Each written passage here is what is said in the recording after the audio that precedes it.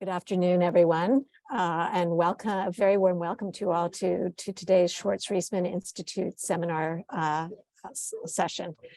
I wanted to, for those who don't know me, my name is Sheila McElraith. I'm a professor in the Department of Computer Science at the University of Toronto, a candidacy for AI chair at the Vector Institute, and also an associate director here at the Schwartz Reisman Institute for Technology and Society. Before we begin today, I'd like to take a moment to acknowledge the land on which the University of Toronto operates. For thousands of years, Toronto has been the traditional land of the Huron-Wendat, the Seneca, and most recently, the Mississaugas of the Credit. These and other Indigenous peoples across Turtle Island developed complex and effective governance based on respect for all life and the intelligence of the natural world. Today, this land is still home to many Indigenous people who are working to reclaim their rights to self-determination and self-governance, and we're grateful to have the opportunity to live and work on this land. Although we all may be joining from different places today, we encourage you to reflect on the history and relations of the land that you live on and work on. I'd now like to hand things over to Professor Avi Goldfarb, my colleague at the Schwartz Reisman Institute, who will be moderating today's session and who will also be introducing our speakers. So over to you, Avi.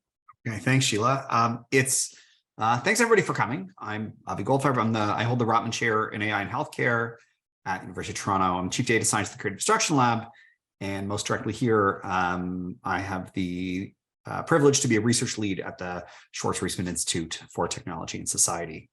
Some logistics before we begin. The session is being recorded. First, we acknowledge that. Second, Ariel will speak for 50 minutes, and then we'll take questions after her talk. And during the Q&A portion of the seminar, please use the raised hand function in Zoom, or you can use the chat if that's what you prefer. It's now my pleasure and honor to introduce our guest speaker. She is the Peronui, apologies for the mispronunciation, Associate Professor of Business Administration in the TOM Unit Technology Operations Management Unit at Harvard Business School, where she teaches the MBA course called Transforming Healthcare Delivery. In my view, she's the leading scholar on thinking through how digital technology has affected healthcare from a management point of view. She just says her research focuses on that, but in my view, she's the person on that. And her projects think about regulation, strategy, economics of healthcare, with a focus on understanding the drivers of new product adoption among firms and determinants of how new medical technologies are adopted. I met her a few years ago when we tried to recruit her into Rotman. She chose Harvard, but we have continued to be in touch over the years, seen each other regularly, and are now co-authors on one project, and she's contributed a chapter to a book that I'm co-editing on the economics of AI in healthcare. She's a faculty affiliate at the Ariadne Labs, a joint center for health systems innovation at Brigham and Women's Hospital and the Harvard Chan School of Public Health and the Harvard MIT Center for Regulatory Science. Ariel, over to you. Thank you so much, Avi. Thank you, Sheila, as well, for the kind invitation. I'm delighted to be here. Let's just get this started. Wonderful. So what I proposed chatting about today is the digital revolution in healthcare and the challenges, opportunities, and need for policy innovation therein. My background is not just in healthcare economics, but also in public policy. And so I think a lot about the interplay between public policy, as many of you do too, I know, and actually doing digital innovation in practice. Avi did a wonderful job of introducing me. I just want to give a bit of context, and part of the reason I was so delighted about this invitation is just seeing the sort of the mission and the background of the Schwartz Reisman Institute and the focus on interdisciplinarity, which is precisely how I spend most of my time. So as you heard, I'm at Harvard Business School, and I also work closely with the Center for Regulatory Science at Harvard Medical School. The other thing that I have done recently while on a year of teaching leave is I spent time working with the Health Innovation Hub, which is an independent think tank associated with the German Federal Ministry of Health. What you'll hear about a bit today is one example from Germany of how policy innovation can help us get some traction on digital transformation in healthcare. You heard a bit about my research, and what I focus on more broadly are 21st century medical technologies. And you'll hear a bit more about why I find those so fascinating on the next slide. So here we are. So something that I think a lot about is effectively the challenge of overcoming what I call institutional mismatch in 21st century healthcare. And here's the situation that we're all in these days, which is the technology that has the greatest potential to transform healthcare would be unrecognizable to a large and almost complete extent to the 20th century architects of our regulatory and healthcare delivery institutions. And therein lies the challenge. We have a truly rapidly, I think we can see this almost on a daily or weekly basis these days, rapidly transforming technological and analytical capabilities. Those coupled with the intense pace of innovation that we're seeing is thus actually increasingly mismatched to the existing institutional structures that we have for things like regulating and paying for healthcare. And what I argue in various ways, in various pieces of writing and talks, is that this mismatch truly, like in a very fundamental way, underlies many of today's biggest challenges, but also opportunities in the commercialization of new products and their effective adoption in practice. So what I'll talk about today is really set against this backdrop, and I'll give you snippets from a number of primarily quantitative research projects that I've done in the last couple of years. Something that the organizers asked me about, and I don't want to delay mentioning, is that if you have any questions, any clarifying questions as we go, please feel free to just raise a hand and jump in. There will be a couple of points where I'll either present data or talk about some kind of technical policy stuff, and I would absolutely welcome clarifying questions then. Otherwise, I trust we'll have plenty of time at the end for a discussion. So let me start with an example. This is from a project that I'm currently working on with a postdoc at Harvard Medical School named Alex Everhart, where we are looking at basically the digital transformation of the medical device industry. I know many of you have a data science background. I joke that I'm not a real data scientist. I just play one on TV, so I know just enough programming to be dangerous. What we've done here is we basically we scraped the product summaries of 100% of the medical devices that have been approved by the FDA over the last 20 years. It turns out that's really easy to do, and you don't have to be a good programmer to do it, because if you know the year when a medical device was approved and you know the product submission number, you actually know the URL where a PDF document that contains the product summary is posted. So what we've done is basically some very simple text analysis of literally tens of thousands of medical device product summaries. And why that's interesting is that the FDA in the United States, the US Food and Drug Administration, which regulates all drugs and medical devices, is not itself actually tracking digital devices. There's no flag for that in its own regulatory databases. So if you ask a regulator, how many devices that contained software did you approve last year? They would say, I could probably give you an educated guess, say within cardiology or within radiology, but this isn't actually a number that regulators are tracking. And that surprised me. So we figured out a cheap way to basically hack this and come up with some data. And what we found is that the number of digital medical devices is growing, as you can see in both of these graphs, pretty clearly, and has been doing so, not in an exponential way, but certainly in a very notable linear way over the last couple of decades. What we have on the left are new digital medical device counts by year. So that number is truly what you'll see on the axis on the left-hand side is truly the number of unique new medical devices that were cleared or approved by the US FDA in a given calendar year. The top line is the total. So by the end of 2022, we were up to over 900 unique new digital medical devices being brought to market per year. So that's not cumulative, that's literally within each year. And then what you see on the right is a version of the same graph, but in this case, we're looking at the share of total devices, either overall. So now you can see the line for the totals kind of buried in the middle of that spaghetti there. but also within individual medical specialties. And what we see, the top line actually shows you that if you look within radiology, we are like approaching 100% of medical devices being digital, which means that they either contain or interface directly with software products, which is really quite compelling. We know, from studying the history of radiology, that radiology was by far the first area of medicine to be digitized. So that makes sense. But even in other areas, so clinical chemistry, which is a lot of our diagnostic devices, surgical devices, cardiovascular devices, we're now in a place where actually over half of the new regulated medical devices coming to market have a software component.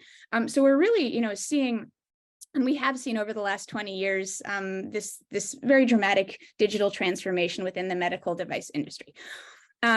And this is still before we've talked about AI. So Avi mentioned he very kindly invited me to contribute a chapter to this book he's putting together. This is just an insight from that chapter. So we did some work back in 2019, basically just cataloging the applications of artificial intelligence to healthcare delivery. And when you take a really big step back, it turns out that the vast majority of applications actually fall into three big buckets. The first is administrative work, all sorts of ways of doing things like provider documentation, ordering prescriptions, coding entry for providers, all sorts of data entry things, scheduling, patient triaging, et cetera. Some of these are higher or lower risk, but ultimately administrative work. The next two big buckets are diagnosis and treatment, and basically using algorithms to come to or support the exercise of a medical diagnosis, or to guide or support treatment decisions. So these are things like, algorithms to assist surgeons, to guide decisions for more personalized or individualized medicine, anything around adherence or health coaching that has a machine learning component, and all sorts of other algorithms to generate treatment recommendations. And then, of course, digital therapeutics, which we'll talk about a bit more later, which are basically software as medicine, so therapies that have been completely digitized. The most classic example of this is the digitization of things like cognitive behavioral therapy, which can be, which is a very algorithmic way of doing behavioral therapy with patients that can be very readily converted into something like an app or a software product. So here's the rub. In these second two categories, many of these applications will meet the statutory definition of a medical device. And that's true in the United States. It's also true in Canada. It's also true throughout the European Union. And this has very, very clear implications for innovation incentives and is going to force the hand of regulators.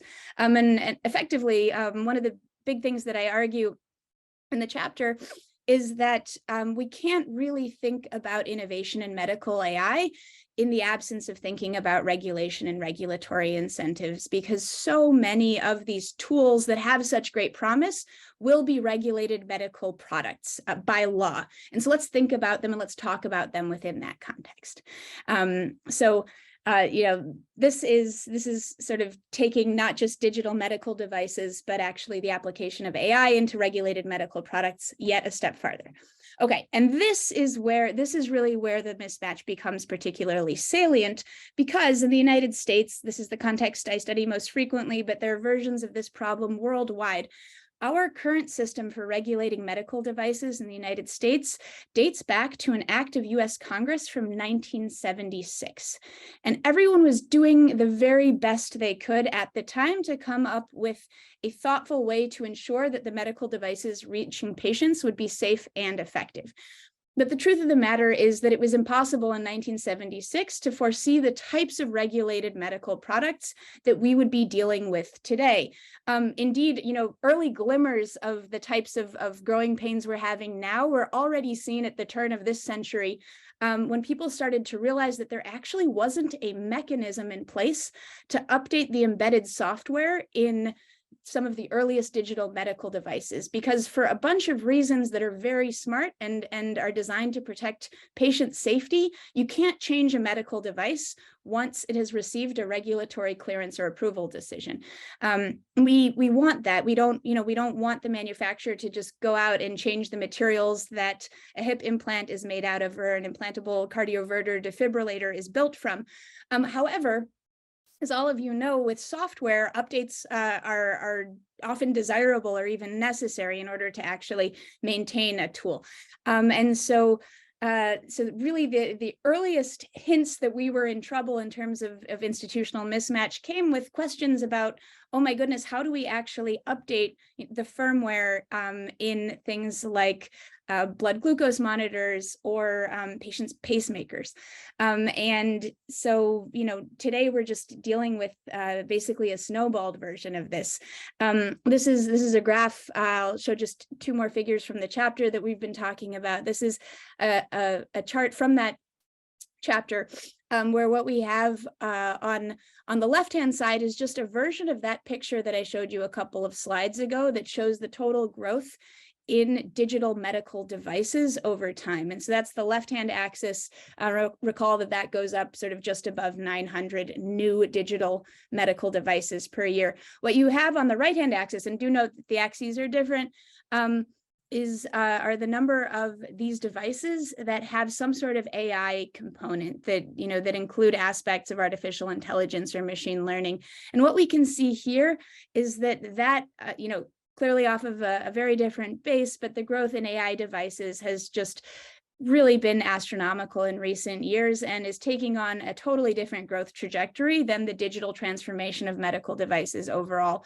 So, what I'm anticipating here is effectively a not just that this gap between the policies we have and the types of products we want to bring to market will continue to widen, but that it'll widen at an increasing rate. And so we have to start to be really thoughtful about policy innovation sooner than later. This is true worldwide. Again, these are data from the United States because they're easy to get, but apply far more broadly and in other contexts. Something else to note is that there's actually quite a bit of geographic diversity in where these artificial intelligence devices are coming from. So in the United States, what we see is that, just shy of half of these products are coming from domestic manufacturers, but we're also seeing a lot of action from countries like Israel, Japan, France, China, South Korea, Netherlands, Canada's even on there, made the top list. And so what we're seeing is an increasingly international set of manufacturers trying to commercialize artificial intelligence products that are regulated as medical devices in the United States. This is very exciting for US patients, but also will bring forth a set of challenges for regulation that will feel quite new relative to what the FDA has been up against until recently. So, taking a step back and putting on my business school professor hat, what currently drives innovation and adoption of new technologies? Well, we see the most commercialization where there are limited barriers to entry that are either experienced or expected during regulation, as well as in the business models themselves. And adoption is going to be most successful when the tools that we can create can fit into, enhance, or improve existing payment models and workflows. And this, of course, in healthcare is going to be particularly important because we have to find ways to pay for things. And I'll talk more about that in just a moment. But our reimbursement systems also have this institutional mismatch problem where the way we pay for medicines, the way we pay for procedures is very grounded in a sort of one-for-one reimbursement system from the last century. So the way that we pay for therapies is, you pay a certain number of dollars and you get a certain number of pills, or you pay a certain number of dollars and that buys you the surgical procedure and the hospital stay, et cetera. But digital products, of course, work a little bit differently, and I want to talk about that. And then, of course, clinical workflows, whatever we do and whatever we create has to actually be used by doctors and other clinicians, because that's how it's actually going to start to have impact for patients. Okay, so what's needed? This is kind of the sort of, so what do we do about this? What I argue is needed is public policy, including regulatory and business model innovation that actually goes beyond our current systems to start to narrow that gap between the institutions we have and the types of technologies we would like to bring to market and bring to patients.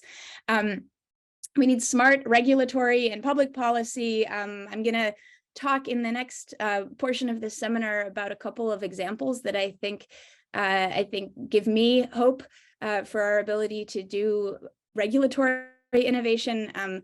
So the U.S. Food and Drug Administration has piloted now what they called a software pre-certification program, effectively an expedited pathway for the commercialization of standalone software that meets the definition of a medical device. I'll talk about that a little bit. The European Commission has a number of initiatives, and then I'll take a deep dive into Germany's Digital Healthcare Act, which is a piece of legislation that was passed in late 2019. And creates a lot of new opportunities for the digital transformation of the German healthcare system. So, beyond that, and I won't have time, if I had a second lecture slot, I would talk about new business models and reimbursement incentives, but we can't just have innovative public policy and innovative regulatory policy. We need to couple that, of course, with being thoughtful about business models and how we actually reimburse for new technologies. We're likely to need new types of contracts for new digital technologies. And of course, it's very important to incentivize a focus on the types of products that actually create clear value for patients and practitioners. And at the end of the seminar, what I'd like to come back and talk a bit about is the actual evidence behind some of these digital technologies, because at the end of the day, we're talking about medicine. And so we want to, come back to being really a place of being very analytical and trying to understand the benefits, whether they're administrative, operational, or actually medical for patients of different types of digital technologies. And then, of course, what I'll talk about very briefly are the types of technologies that can support remote care, both remote diagnosis and treatment, as well as things like operations, administrative work, and novel clinical trial designs, which is something that I think about a lot, and we won't have time to get into today. So here's my concrete example. I want to talk about prescription apps. This is work that I've been thinking about on and off really since 2014, 2015. I've written business cases about that. I've written a couple articles in the Harvard Business Review on this topic. And where we are today, here we are at the end of Q1 of 2023, we have a growing and really quite compelling number of evidence-based digital therapeutics and disease management programs. So digital therapeutics, as I said earlier, are software-based tools that actually provide some sort of therapeutic value to patients, either by digitizing existing behavioral therapies, or other examples are therapeutic video games that can be used to improve behavior of kids with attention deficit hyperactivity disorder and all sorts of other things. Many of these are in the psych and behavioral health space. That makes sense. So take a step back and think about, why does that make sense? Well, that's an area of medicine where you don't actually have to physically touch patients very much in order to provide therapy. And so these are the types of therapies and the types of interventions that lend themselves not just to telemedicine, but actually to the digitization of therapeutic processes themselves. And then, of course, there are all sorts of really effective disease management programs that have been digitized, where we look at software that helps patients manage chronic disease, heart disease, hypertension, which is high blood pressure, type 2 diabetes, et cetera.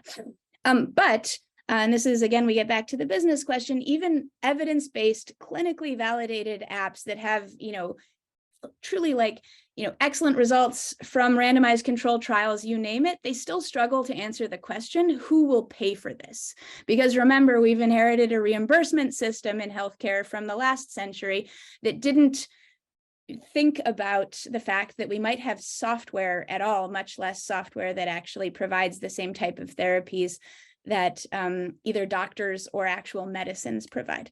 And so this is something that I thought a lot about during my sabbatical at the Health Innovation Hub of the German Federal Ministry of Health. We published an article about this as well, where we argue that some of the policy innovations that Germany has introduced start to get us a lot of traction on this question. I'm not saying the German policies are perfect, they're far from it, but we're suddenly making progress on narrowing both the gap between the regulatory task at hand and the technologies we have, as well as the reimbursement question and the technologies we have. So, okay, Germany, this is going to be a really quick high-level summary. I suspect some of you are German. For everyone else, this will be a drink from the fire hose, a quick rundown of the German healthcare economy. Germany has the biggest healthcare market in Europe. It's about, there are just over now 73 million people that participate in Germany's statutory health insurance programs. There are just over 80 million Germans. About 10% of Germans are in private health plans. The rest are part of the statutory health insurance system.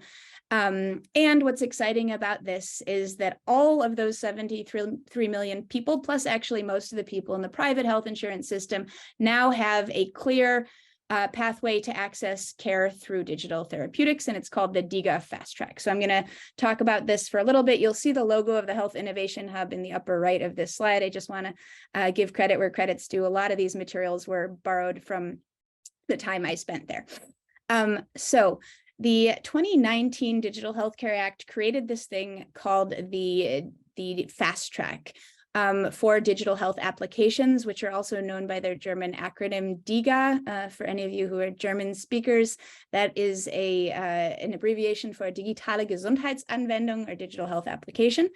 And so what does this fast track actually do? So there are a number of requirements that an app needs to meet in order to go through this fast track process that functions as a combined regulatory and reimbursement process for qualifying digital health applications. So these applications need proof of a few different things. First and foremost, you need to go through a checklist of about 120 items to show that your app is compliant with a series of general requirements that just seem like a good idea for medical products. These are, basically requirements around safety, functionality, quality, privacy, and data security, things that we would expect certainly in a healthcare setting from any of our digital products. In addition to that, these apps, in order to be regulated and reimbursed through the fast track, needed to demonstrate somehow proof of what, this is sort of a neologism, it doesn't have any meaning otherwise, but proof of these so-called positive care effects within a 12-month provisional period, if not at the time of application. So what are positive care effects? They're either traditional medical benefits, so measures of morbidity, mortality, or side effects associated with the use of a therapy, and or what the Act calls structural and procedural effects, which are a set of other things that I'm going to talk about on the next slide that actually all sound like a really good idea, but before we had digital products had been very, very difficult to actually measure. So, okay, so what are we talking about here? These positive care effects. I told you that medical benefit, of course, counts as a positive care effect, and that's what you see on the right here. So again, if you can show that you have a tool that improves morbidity, improves quality of life, certainly if it improves mortality or reduces side effects, that's clear medical benefit. And these are the types of basically outcomes that clinical trials in medicine are used to looking for and documenting. What's new here is all the stuff on the left, these so-called structural and procedural effects that are outlined by the Act. So these are things like the reduction of therapy-related strains for the patients. So how difficult is it to actually access therapy? Securing a standard of care as would be defined by a medical professional society, care coordination, access to care, health literacy, adherence, and patient safety. I don't imagine there is anyone listening to this seminar who thinks that any of these are a bad idea. These are sort of manifestly good things for patients and for the delivery of healthcare. We want more care coordination. We want people to have higher levels of health literacy. We want patients to be adherent. We want them to be safe. This all completely passes the common sense test. The problem is this is stuff that's historically been very difficult to measure. And where things get interesting is in the moment that we start talking about digital technologies, it becomes much easier to start to collect data, both real world data from apps and from metadata from the users themselves, as well as other types of digital data to actually get some traction on these questions. So health literacy is a great example. It's something that we almost universally think is a good idea. But it's always been very difficult to think about how to actually measure health literacy for patients undergoing treatment for any disease. What we can do when we have an app is actually include small patient education modules within the app itself. And because we have metadata about how patients use the app, we can collect data on whether those little patient literacy modules are read, whether patients behave differently after reading them. We could even give patients little surveys or ask questions if we wanted to, but once we have a digital tool, that becomes very straightforward. I think access to care is another one. So half of my family is from Berlin. Berlin is a vibrant and very international city, among other things. It has as a city, one of the largest Turkish populations outside of cities within Turkey. So there are a number of patients who are native Turkish speakers who don't speak very much German. And they have all sorts of needs for things like therapy from licensed therapists. Here's another problem. So something like upwards of 97% of licensed therapists in Germany are native German speakers. And so you could imagine, okay, well, there's already a mismatch there when you have a whole population of people, it's not just the Turkish population in Berlin, but the international population of Berlin. There are a number of people Germany-wide who simply don't speak German as a native language. If the overwhelming majority of your therapists only deliver therapy in German, you've got a problem there. Now combine that with the fact that there's actually a medical personnel shortage in psychology. So the typical wait times for a patient who's actually been referred to a therapist are 6 to 8 weeks. What that means is even after a medical doctor has said, yes, you have a condition that requires, this isn't a subclinical condition, you actually need to be referred to a therapist, that patient basically sits around for 6 to 8 weeks waiting to actually speak to somebody, and that person may not even be able to speak to them in their native language. Now imagine a world where you could provide some of that therapy, perhaps not all of it, or you might even say certainly not all of it, but let's imagine you could even just provide some of that therapy, first of all, on demand in a digital format, and second of all, make it available in a number of different languages. Suddenly, it becomes very easy to make an argument that you have greater access to care for a number of patients. And indeed, what we actually saw in the early years of digital therapeutics entering the market in Germany is that many of them were coming to market by arguing that they had clinical evidence that their tool worked and that it was surely a really beneficial stopgap in exactly that intervening time between when a patient was referred to a therapist for a specific diagnosis and when they could actually begin therapy. So, again, these structural and procedural effects, they seem a little bit squishy and a little bit hard to measure. But once you've actually got digital tools and you can collect data on how patients are using these, you can start to put together a data-based argument for why you're getting traction on one or more of these specific effects. And I think that that's quite interesting. We're really just starting to see the beginning of how this plays out, but there are a lot of opportunities here, not only to improve patient care, but to actually measure things that we have always thought were a good idea, but haven't been able to measure historically. So what else can we do? I want to take a big step back from the therapy example and think about all the other ways in which digital health applications and digital tools can actually support patients in healthcare. I'll just start at the bottom left and work around. So rehab is a big one. Many of you will be familiar with companies that basically provide digitized versions of physical therapy or rehabilitation exercises. Patients really like these, and they're more adherent than when they're just sent home from the physical therapist with a photocopied piece of paper and told do your exercises twice a day.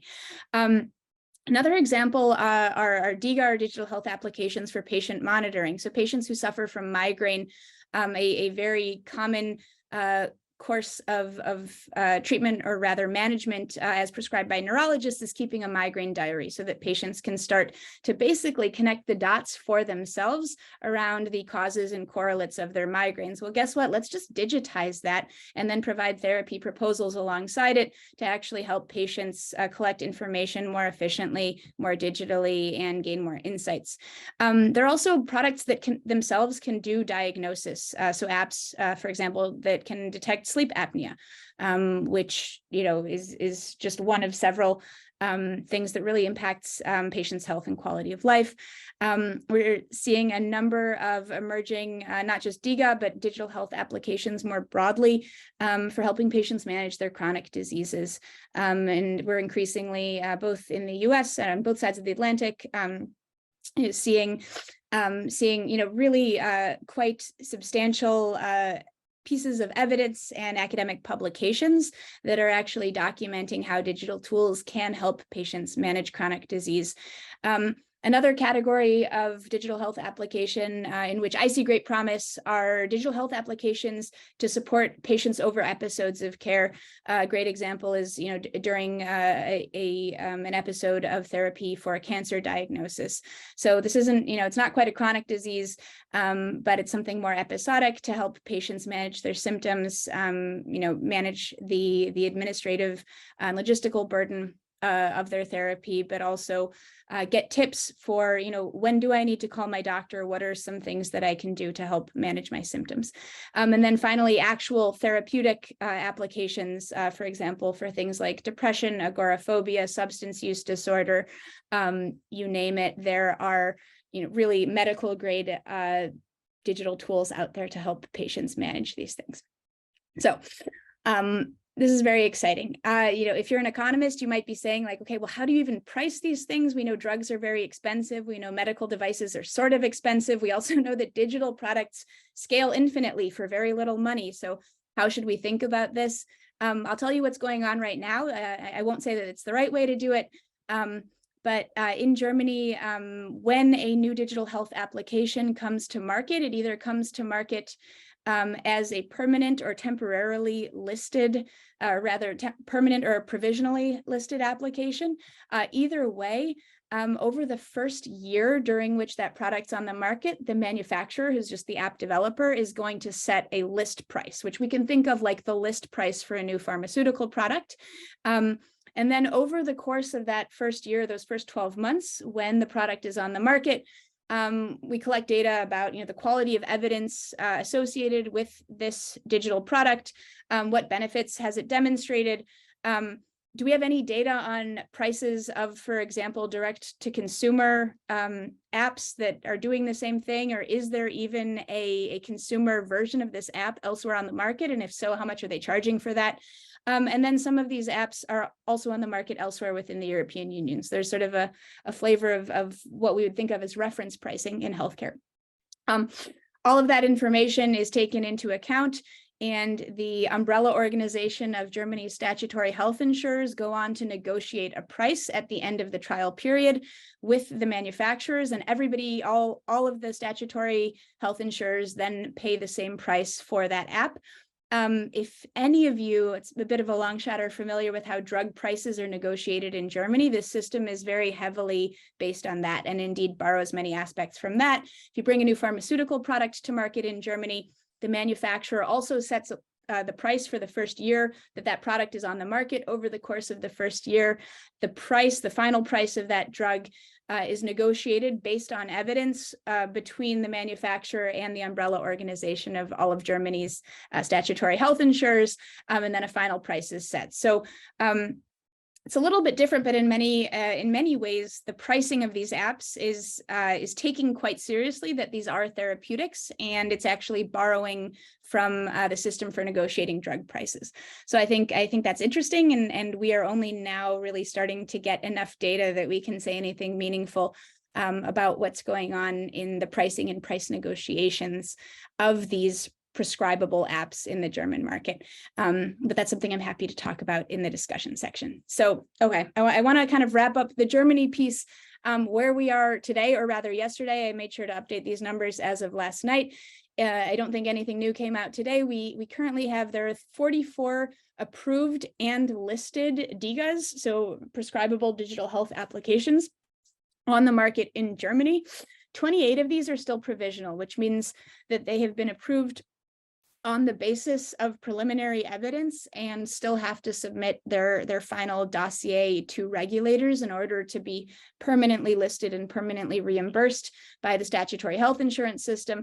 But all 44 of those apps are at this point in time fully reimbursable for all 73 million of those patients in Germany's statutory health insurance system. So we have come up with a fix for the problem of who will pay for new digital tools in healthcare in this particular context. You can, if you speak enough German, you can poke through this website yourself. There's also a guide for manufacturers that's published in English. These are just two examples of the types of apps that you can find in this guide. The first is an app for tinnitus, and the second is an app for various social phobias, so agoraphobia and basically episodic panic attacks and general anxiety disorders. And so these are the types of products that German patients now have access to. Okay. Elsewhere in Europe, there is also some other exciting regulatory activity. We're seeing sort of glimmers of things in Belgium, the Netherlands, and then at the end of this month, France is about to announce a program that is very heavily based on Germany's DIGA Fast Track, where France will basically be copying it to commercialize new digital health applications in Germany. All right. So, and then last but not least, there's some work going on to actually harmonize some of this across European countries, which I think is very exciting. Before I wrap up, I'm just looking at the time. I want to very quickly mention that there was this digital health pre-certification program that was piloted in the United States. And it was actually not a success. So the aim of this program was to look at the developer and their practices rather than going line by line through software itself. I think this is actually a really compelling idea. Basically, the types of regulators we have in healthcare are simply not used to doing code review. They're used to looking at things like drugs and medical devices and the clinical trials associated with them. So the idea was to certify the manufacturer, to say, does this firm have good software development hygiene? And actually then, based on that, make an abbreviated and accelerated regulatory approval decision about the types of products they were bringing to market. This is a graphic from the FDA that talks about the opportunity here. The big opportunity that flows across all parties who are stakeholders in this market is basically making solutions available to patients in a more timely way. So patients care about this, developers care about this, the FDA cares about this, insurance providers care about this, and of course, investors care about this. But all of this brings with it a bunch of new challenges that we just need to think through as we try to get policy right. So, what happens when one company acquires another? What happens when performance changes? This is less of a problem for drugs and medical devices, but this is something we expect to happen all the time with software products and algorithms.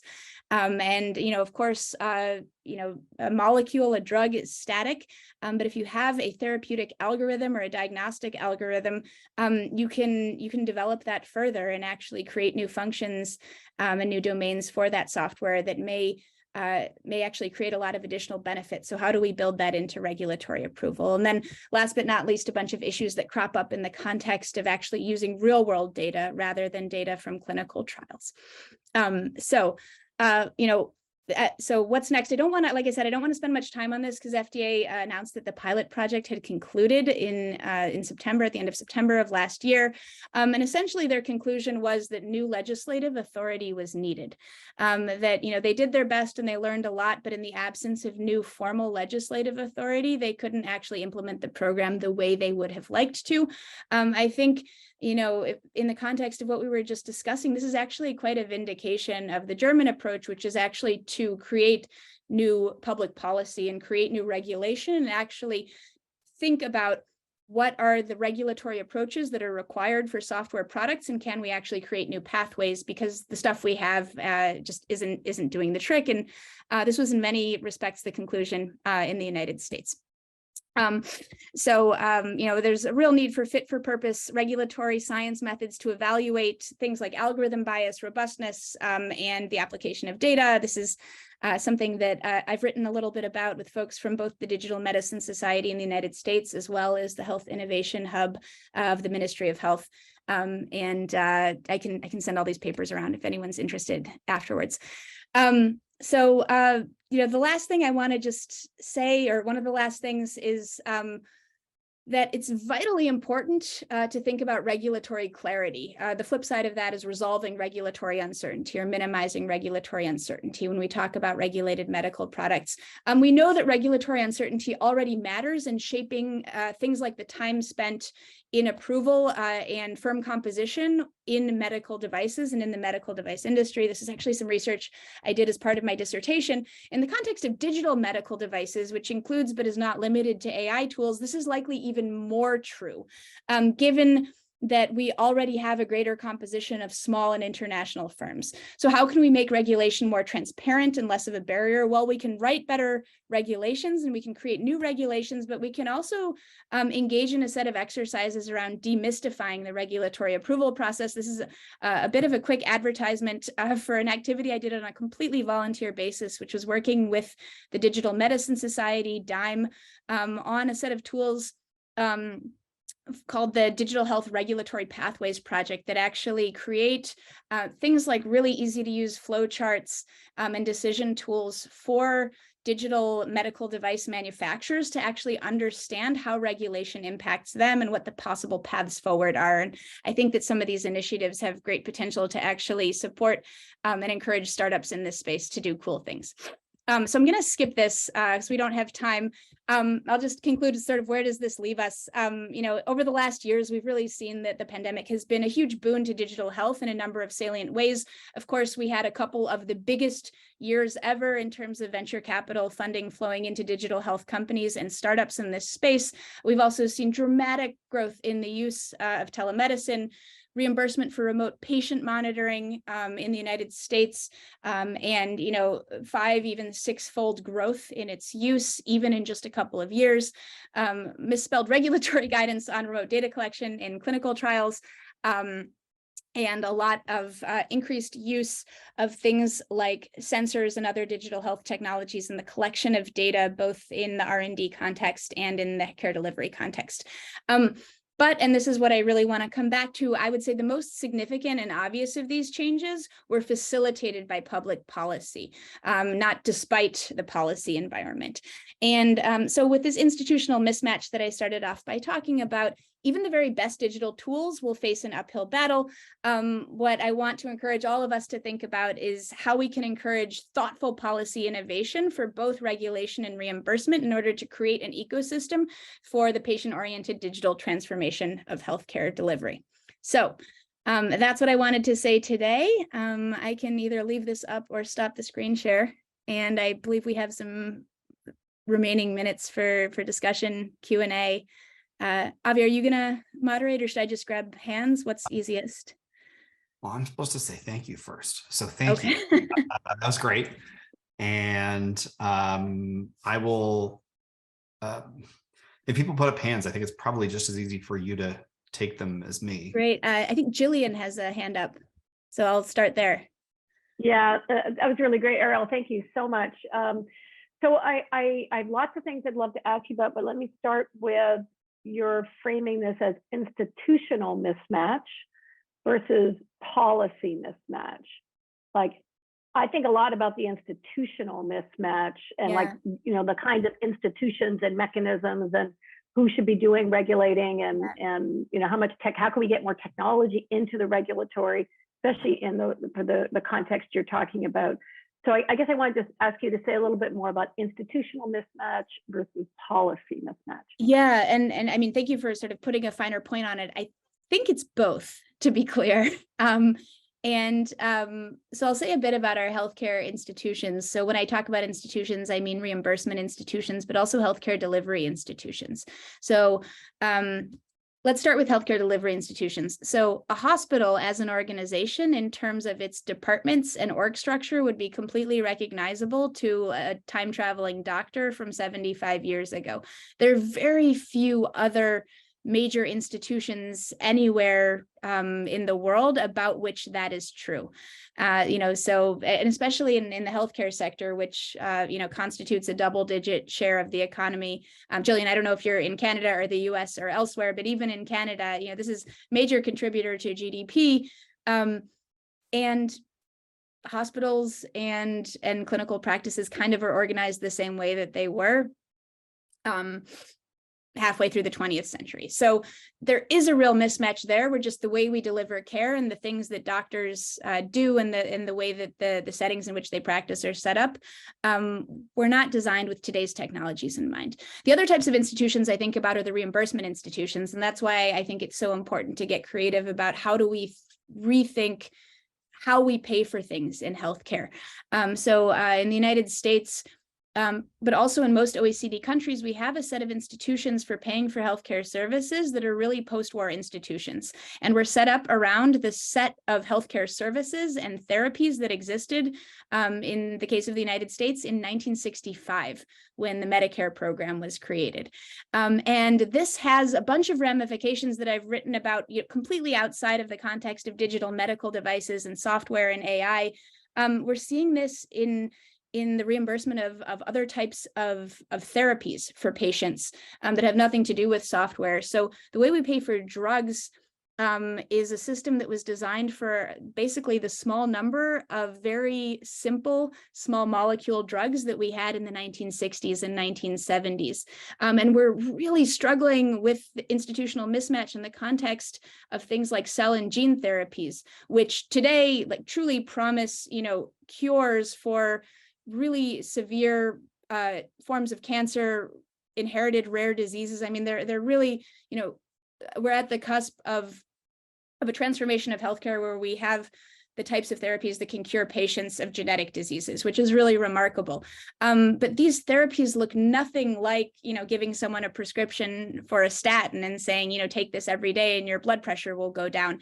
These are therapies that involve incredibly customized, often, using a patient's own cells, therapies, extraordinarily bespoke treatments that involve long hospitalizations, followed by pretty intense periods of recovery that promise then to save many, many life years and often hundreds of thousands of, if not millions of dollars over the subsequent 10 years ahead. But that's not how we pay for drugs. In fact, in the United States, state Medicaid programs actually aren't even allowed to run a deficit from year to year. So how do we think about paying for a curative therapy? Now I'm talking completely outside of the context of digital stuff, but how do we think about paying for a curative therapy that will, from an economic perspective, quote unquote, pay for itself over the course of the next 8, 10, or 12 years, but will cost a lot of money up front? Well, we need to actually rethink, and this is what I mean by business model innovations. Can we take that? Can we come up with something? Economists talk about things like drug mortgages, which many people say, oh, that's such a crazy idea by these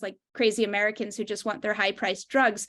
Well, maybe, but it's also true that we're in a setting where there's very high willingness to pay for very, very high value therapies. And I think it's worth taking a step back and saying, hey, is the way that we're doing this from a payment institution perspective what we want to be doing based on the technologies we have today? So that's kind of an example of the institutional mismatch I was talking about. In terms of the policy mismatch, you're absolutely right. That exists too. And I think there we have some of the most compelling and most sort of easy to imagine opportunities to fix things as well. And so I do appreciate your clarification, because I think that that's where we can get a lot of impact most readily, but we need to think about all of it. Great. Can I just follow up a little bit, because I am thinking a lot about, so when I hear you say institutional mismatch, so then I'm actually, you're sort of market structure, like say our reimbursement institutions. So I want to add another category into there, which is the institutions we are using to do regulation. Mm-hmm.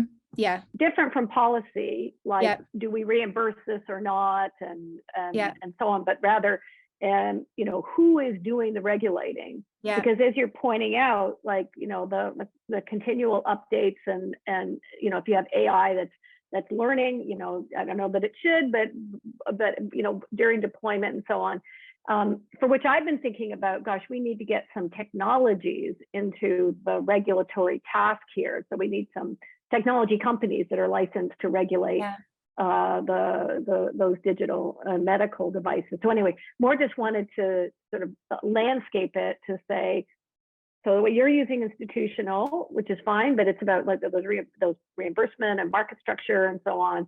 And then what I'm thinking, and policy is, of course, where do we draw the lines?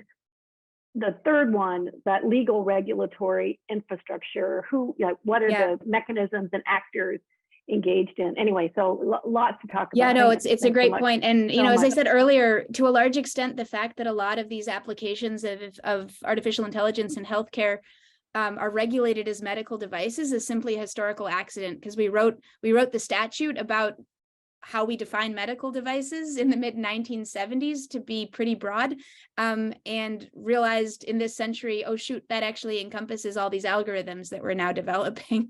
Right. And so, you know, it's very much that problem.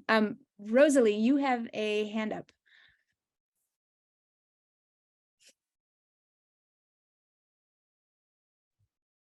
Hi, thank you so much. That was a fantastic talk, and I actually am really interested in hearing you do a subsequent talk on business models, because it's, I think, yeah, really, really interesting to sort of, you know, look through the sort of regulatory and addition, you know, the models that potentially go alongside in implementation. The question I have is really related to, you had mentioned talking about new methods of collecting clinical data, and I think you'd mentioned related to the project in Germany, they're looking at all of these different outcomes.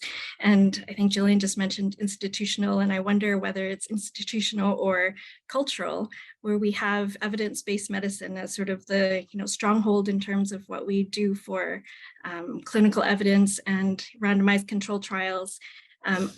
What is your perspective on the innovative new ways that we can, you know, collect all of that clinical evidence that would be palatable to the folks who are entrenched in this idea of, you know, hierarchies of evidence and, you know, randomized control trials, systematic reviews. And I think it's absolutely fascinating the direction that this could go. So.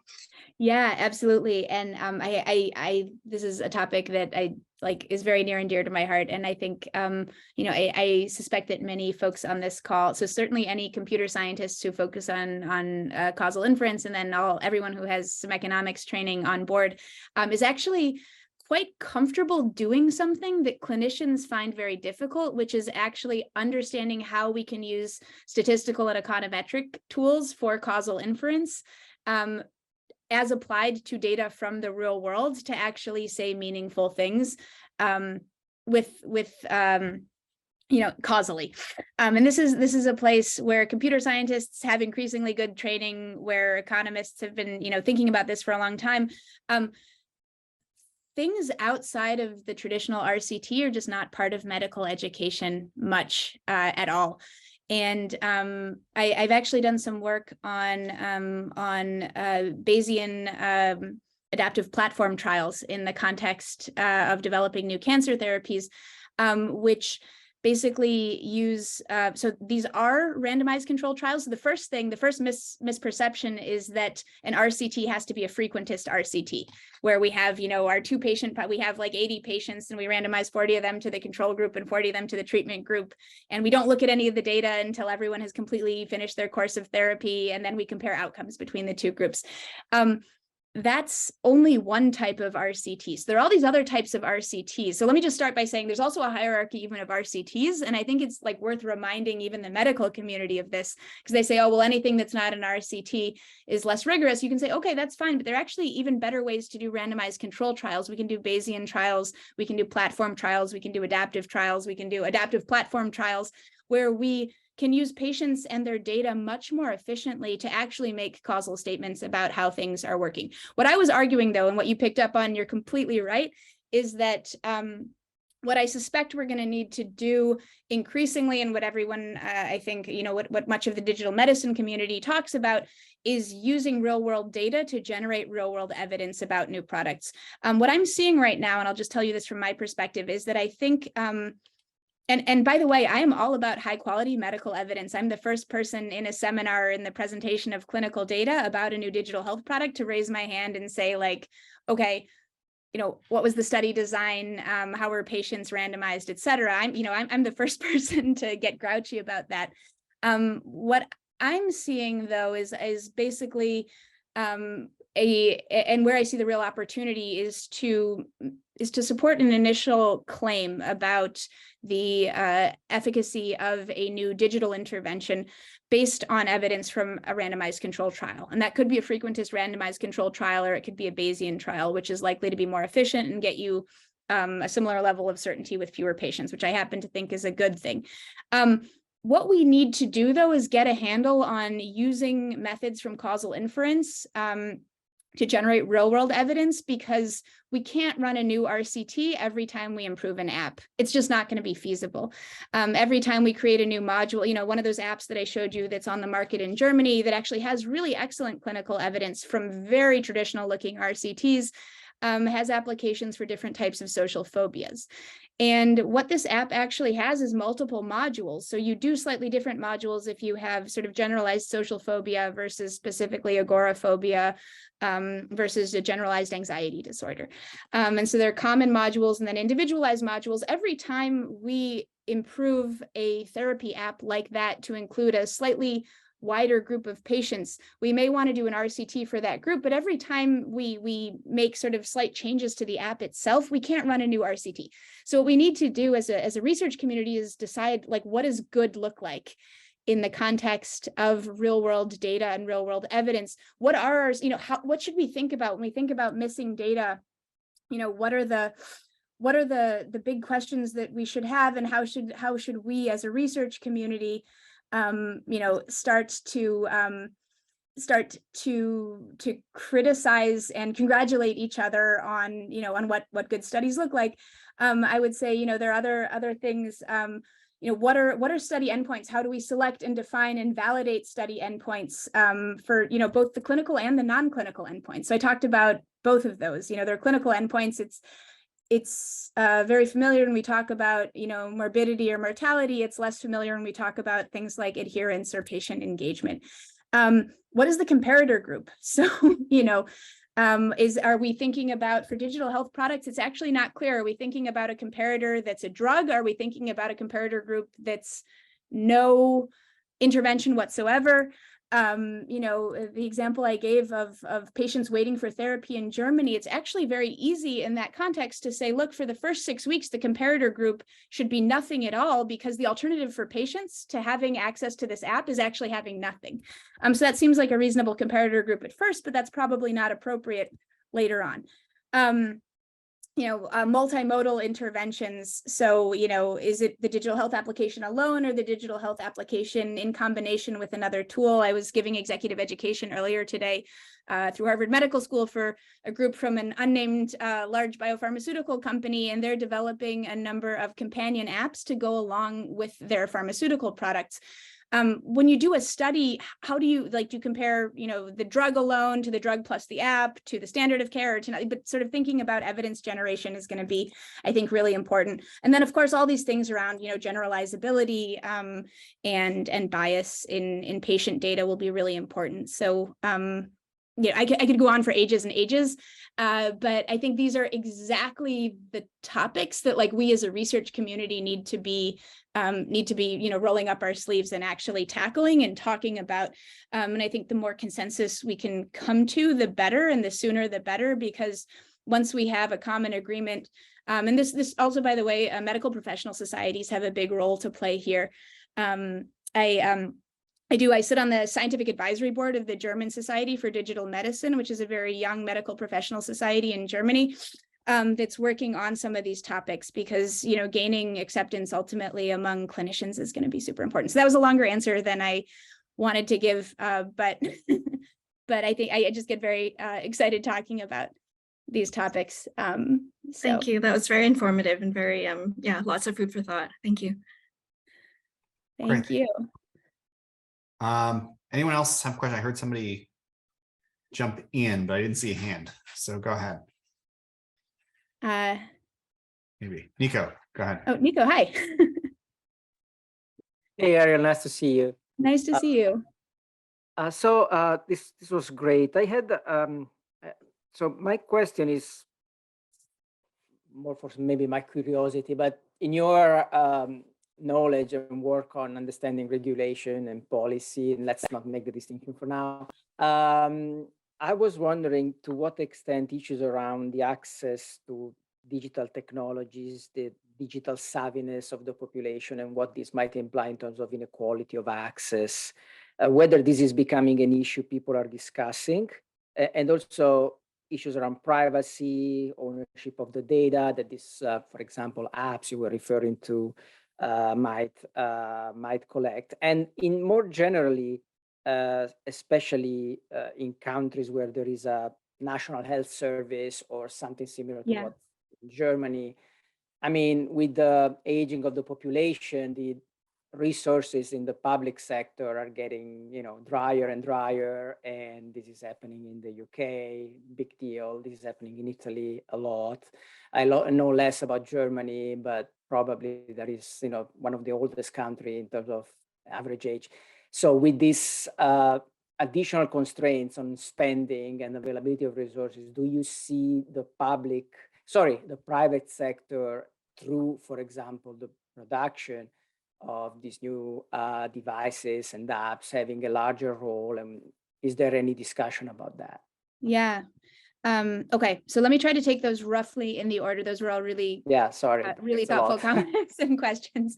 So the first question was around basically disparities in access to digital technology, which is super important, and it is in fact something that I'm thinking about. I actually gave a talk 2 summers ago, about a year and a half ago, to the Massachusetts State Hospital Administrators Association about how we need better data on the digital divide in various contexts, certainly things like apps, but also in the use of digital services more broadly. And ended up getting an email from the chief medical information officer of a hospital in Boston afterwards, who said, if you're serious about that, I can give you access to data from our patient portal. So I'm actually working with, this is sort of a preview of some paper that's about to be submitted, but I don't think anything's, top secret. I have a wonderful doctoral student named Mitchell Tang who's leading this work, where we're actually analyzing disparities in patient portal use for a major hospital in Boston. And I'll tell you roughly what we're finding. So the first is that they exist. So what we see is that the likelihood of patients accessing their digital patient portal in any way in the first place displays many of the racial disparities that we see elsewhere in healthcare, where white patients are far more likely than Black or Hispanic patients in this population to access the patient portal in the first place. I should also note this is in the context of one of Boston's safety net hospitals, which means these are patients who actually from a financial perspective, from an income perspective, are relatively homogeneous. So they're all relatively low income patients. And nevertheless, in that context, we see racial disparities in portal use. The second thing we see is that once patients are using the portal, minority patients are using the portal differently than white patients. So minority patients are more likely to sort of access these sort of one-off pieces of information. They're going to look at test results and things like that, whereas white patients are more likely to access what we're calling bidirectional services. They'll actually ask their doctors for things at a higher rate, ask for medication refills, and ask for medical advice at a higher rate than minority patients. That's, concerning, because that may reinforce already existent disparities in that we know we have in the US healthcare system. The final thing that we're finding that really surprised us and really stands up to a number of different robustness tests is the fact that minority patients are less likely to get a response from a physician when they make a medical request through a patient portal. And so what we have to do is actually go through a new institutional review board approval process to actually get access to the text of these messages. What we have is just all of the metadata, and it's linked to patient data.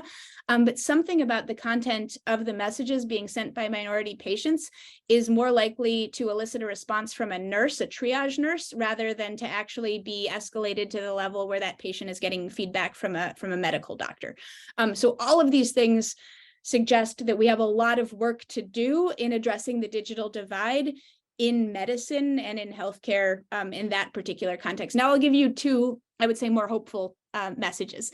And I think that the takeaway here is that it's complicated and it's nuanced, and we have to think very specifically from situation to situation. In the German context, something that we're seeing is that so you would think, okay, who's likely to use prescribable digital health apps? Well, it's going to be, I think most of us would have a bias, say oh, it's going to be a bunch of young dudes. That's not true. So the group of people that's most likely to be prescribed a digital health application through one of the formal reimbursed ones in Germany is actually slightly older than middle-aged women. And so the heavy users, at least what we're seeing in the first 2 years of the DIGA system in Germany, are actually people who look a lot like my mother-in-law, and not people who look like basically a computer science graduate student. So I think that's interesting, and I think but I think that we should look at these data and then take seriously, okay, what are we learning here? What are we seeing here? And ask questions about what is it about the offering of the healthcare system that's not meeting the needs of 60-year-old women. So I think, I think there's some really interesting learnings there. The final anecdote I wanted to share was shared with me by the CEO of a company called Hello Heart, which is one of the largest and most successful chronic disease management companies in the United States. They do all sorts of heart disease management, but they only focus on patients with heart conditions. And what they have found, which I think might surprise you, in particular in light of the results I shared from this medical center in Boston, is that they are actually getting more engagement and more use from people who self-identify as being native Spanish speakers than people who self-identify as being native English speakers. And so my takeaway there is that at least for certain types of digital health and digital product offerings, there is really an access gap, and whatever is being offered by the traditional analog healthcare system is not fully meeting the needs of Spanish-speaking patients, such that they're actually heavier users of this chronic disease management app than their native English-speaking counterparts. So I think, I share all of those anecdotes to say that we absolutely have a digital divide in certain contexts, and we should study it and understand it and try to figure out what are the interventions that can help address it. But there are other contexts where the facts that emerge about who's using digital products surprise us, and we should also think about what's going on there. What do we learn? So that was a long answer. You had a couple other questions, data privacy and security. As you know very well, Europeans take these topics very, very seriously. And I think, I suspect we could chat for hours about this. I think something that, it's related to your question about sort of data ownership as well. I think that's one that cuts both ways. So if we can use user data, if we can reuse user data to develop better products, which is easier in North America than it is in Europe, that has clear benefits, but we also have to be very, very thoughtful about data privacy and security, especially we've seen in the US in recent even just weeks, examples of data breaches where mental health app companies were effectively selling data to data brokers, and that should make us very nervous. And if I were thinking about using a mental health app or any prescribable app ever, I would feel much more comfortable getting that in Germany than I would in the United States, to be totally honest, given what we now know. And then in terms of the aging population, there's, I think, so much work to be done there. And I think, a lot of the folks who are doing human-centered design with elderly people in mind are starting to get a handle on this. But the tech products that need to be designed for my dad are simply different tech products than the ones that should be designed for me or for my kids. And so I think there's a real opportunity there, and everyone in health tech investing is talking about silver tech as a new investment category, which is basically, tech products for an aging population. I think it's quite likely that the private sector plays a growing role in delivering product offerings for the aging population, but I hope that it will be in conjunction with the public sector, and I hope it will be in the context of a public sector, in particular insurers, whether they're disability insurers or actual health insurers, who are being thoughtful about what are the set of digital product offerings that are actually evidence-based and are going to help people. Because some of what we're seeing right now is basically just throwing money at problems that seem like a good idea because we don't have anything else on offer yet. But yeah. I suspect we could talk about all of those individual topics for a couple hours each. So. Great. Thanks. It looks like we have time for like one more question. I don't know if anybody. Okay, I'll take it. As my privilege as moderator, which is, this is almost going back to Jillian's question, but the other questions have touched on these issues, which is thinking through, for institutions aren't quite where they're supposed to be, and our policy isn't quite supposed to be. Who has incentives, especially on the institution side, to get things where they should be and move us from the 1960s and 70s into the next 50 years? So how do we think through, if policy doesn't change, is it hopeless, or does somebody have incentives to make this happen? Well, so I'm sort of a hopeless optimist about these things. I think, thinking back to the German example, this new set of regulations around creating a regulatory and reimbursement pathway for digital health applications was done in conjunction with and by empowering existing regulators.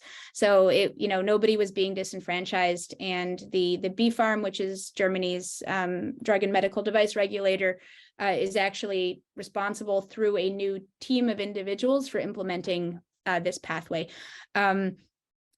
I think sort of disempowering and disenfranchising and pissing people off is rarely a good strategy for getting things done. I think we're also starting to see glimmers of basically regulatory innovation in various places where we can, both with and with, or sort of both within and with and outside of the context of actually changing regulations, we can find ways to basically restructure how we're doing things to make them more efficient. An example of something that I've written about completely outside of the digital health context recently is the FDA's breakthrough therapy designation, which basically empowers regulators to slightly reallocate and realign resources that they're dedicating to the review of very important new medicines to actually accelerate the clinical development period for those medicines. And the data that we're seeing there is that you can get drugs to market that are just as safe as comparable drugs, but do so in a way where you reduce the amount of time that the manufacturer spends in late stage clinical development by something like 23 or 24%. And that can be done in the US context within the scope of what drug regulators were already doing. So I'm kind of optimistic that some of what we can do, I don't think it's going to solve all of our problems, but that we can do some things to actually realign our regulatory processes with the types of products we actually want to bring to market by just being thoughtful and empowering regulatory agencies to do things themselves and to reorganize themselves. but I think we will get to a point where we actually do have to sort of think about like structural changes, and I think you're right. It does get back to Jillian's question, which is just who's responsible for regulation, and does that make sense in the context of the types of products we're looking at? And I think the answer will almost certainly vary. I don't know if that's a satisfactory answer, but I think these are the questions that we have to be asking ourselves. But for me, I mean, the history of the FDA in the United States dates back to the early 1900s, and there's no reason to think that that the authorities and the decision-making power granted to an agency that was created in the early 20th century and really formalized a couple decades after that still makes sense in the second or third decade of this century. So but I think there are versions of this problem all over the place. I think in regulated industries it's just particularly salient because we're stuck with these regulators and these institutions that in a changing technological environment. Okay. But Thanks. plenty of food for thought. Okay. Yeah, absolutely. Thanks so much. So we had a couple questions come in the chat, but we are out of time. That was fantastic. And we really appreciate that you took the time to talk with us. Just so everybody online knows, next week on March 22nd, we are going to have a talk by Kobe Nassim of Georgetown on do machine learning systems meet the requirements of legal privacy standards? So same time, same virtual place. We look forward to seeing you all then. Thanks, Ariel. Take care. Thanks so much, Abby. Have a great afternoon, everybody.